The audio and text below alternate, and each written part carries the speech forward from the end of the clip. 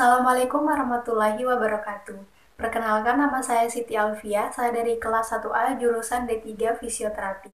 Tujuan saya membuat video ini adalah untuk memenuhi tugas kuliah.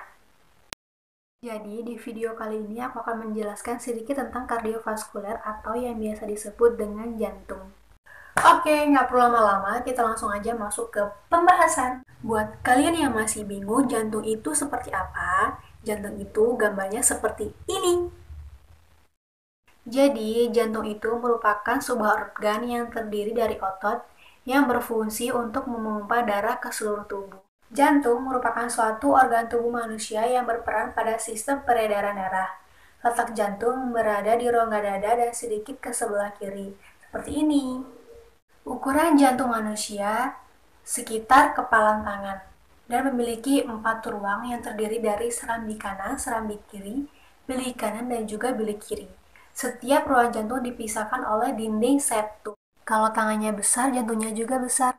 Setiap bagian jantung punya fungsinya masing-masing loh. Yang pertama, serambi kanan. Serambi kanan berfungsi untuk menerima darah yang kaya akan karbon dioksida dari seluruh tubuh. Darah ini dikategorikan sebagai darah kotor. Darah ini memasuki serambi kanan melalui vena cava superior dan inferior. Lalu, dari serambi kanan, darah dipompa menuju bilik kanan. Kalau pada janin, ada lubang di serambi kanan untuk darah mengalir secara langsung ke serambi kiri. Organ yang kedua adalah bilik kanan. Bilik kanan berfungsi untuk memompa darah yang kaya akan karbon dioksida ke paru-paru. Darah kotor tersebut dipompa ke paru-paru agar karbon dioksida bisa ditukar dengan oksigen melalui proses pernapasan. Letak bilik kanan berada di bawah serambi kanan dan di samping bilik kiri. Yang ketiga, serambi kiri. Serambi kiri berfungsi untuk menerima darah yang kaya akan oksigen dari paru-paru. Darah ini dikategorikan sebagai darah bersih. Darah bersih tersebut masuk ke serambi kiri melalui pembuluh balik atau yang disebut vena pulmonalis. Kemudian, darah tersebut dipompa ke bilik kiri melalui katup mitral. Yang terakhir adalah bilik kiri. Bilik kiri berfungsi untuk memompa darah yang kaya akan oksigen ke seluruh tubuh. Letak bilik kiri jantung berada di bawah serambi kiri dan dipisahkan dengan katup mitral. Bilik kiri merupakan bagian jantung yang paling tebal dan memiliki tugas untuk memompa darah bersih ke seluruh tubuh. Pada kondisi tekanan darah tinggi, otot bilik kiri dapat membesar dan mengeras. Yang berikutnya adalah katup. Ada 4 katup pada jantung, di mana katup-katup tersebut berfungsi untuk menjaga darah mengalir ke arah yang benar. Katup yang pertama adalah katup mitral. Katup mitral berada di antara serambi kiri dan bilik kiri. Katup mitral normalnya mempunyai 2 daun katup, maka disebut sebagai katup bikuspid. Yang kedua adalah katup aorta. Katup aorta berada di antara bilik kiri dan aorta atau batang nadi.